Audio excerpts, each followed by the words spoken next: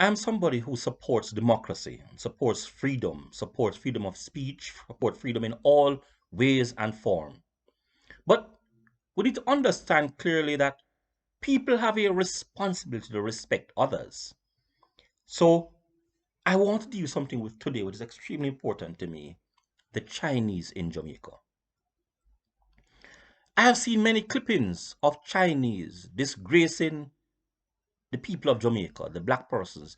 I've even seen cases where I've gone to Chinese stores and see persons' pictures plastered on walls because they've actually stolen something. I'm going to ask the question: is that legal?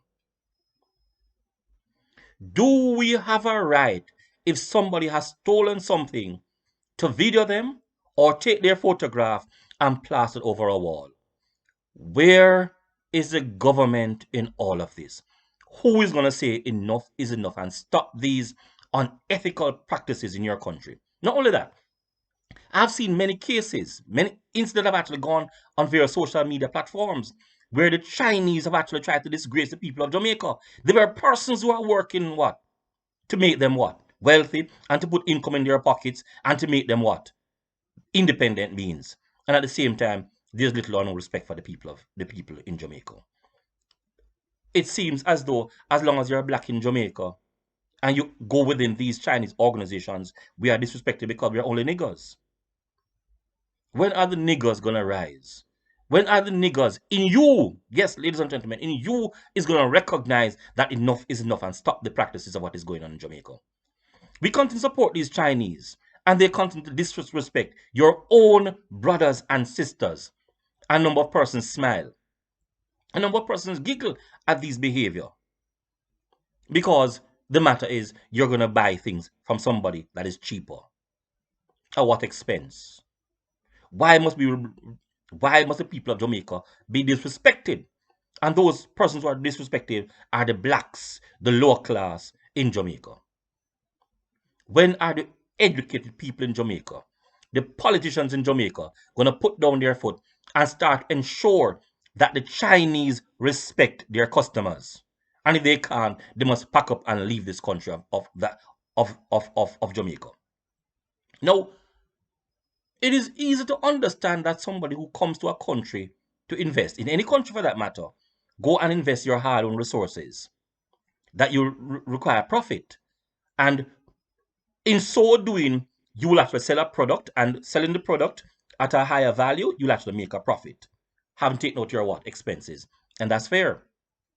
But in so doing, why is there a level of disrespect and disregard for the people that are putting their breads on the table and giving them resources, valuable resources, that is money, in their pockets? Who's going to pick up for the people of Jamaica? Why are we going to continue to allow Chinese to enter Jamaica's shores and treat the people of Jamaica with disdain, disrespect, and disregard as though they are nobody? The people of Jamaica for years have been marginalized by the system, and here the Chinese are coming as the next what? Set of oppressors, oppressing the people in such a way where a number of people have frustrated, and this is going to actually happen and create a revolt and possible physical confrontation between the Chinese and the black people around Jamaica. And I'm saying, let's stop that before we reach there. This may actually turn out into an all-out war, an economic war, where the Chinese begin to actually what? Think that Jamaicans are disrespectful and start asking what for them, what they have actually owned in terms of their loans that they've actually given us, and continue to do other things, stopping a number of things that have been produced by the Chinese into Jamaica shore. It might become an all-out war if this practice is not actually stopped and encouraged to desist. Now, the Chinese are businessmen like any other businessman and woman for that matter. Now, when any business person is operating, a critical person within the equation of business is the customers. The Chinese must understand and be told how to treat the very person who is actually spending money with them. A Chinese cannot become a millionaire or operate a business without the black people spending their money with them. Therefore, the Chinese must understand that the people of Jamaica must be treated with respect, even if all they can spend is $1. Because that dollar is giving the Chinese money, needed resources that they can use and expand their base, expand themselves, and become influential persons in society. As a result, I am saying the government needs to step in and ensure that every operator that comes to Jamaica treat people with respect in all regards, and not simply people will be treated with respect if they have money, because $1, ladies and gentlemen, is money. And when the Chinese come to Jamaica or go to any other shore for that matter, they must operate within the ambits of the law. Where is the law that protects Jamaicans? Why it is a Chinese will take the photograph of a Jamaican and plaster it around the what? The store, trying as their best can to say they want people to what? Stop the practice of what? Of theft. I understand. And if an individual is caught doing such, then call the police. That is a legal right of the Chinese, not to post the pictures on the wall. And I'm saying, or for that matter, go and try to physically what? Hurt these individuals.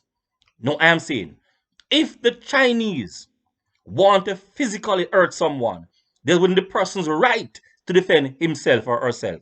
I'm not saying what you should do in terms of trying to defend yourself, but it's within your legal right to defend yourself against bodily harm or any other harm for that matter, ladies and gentlemen.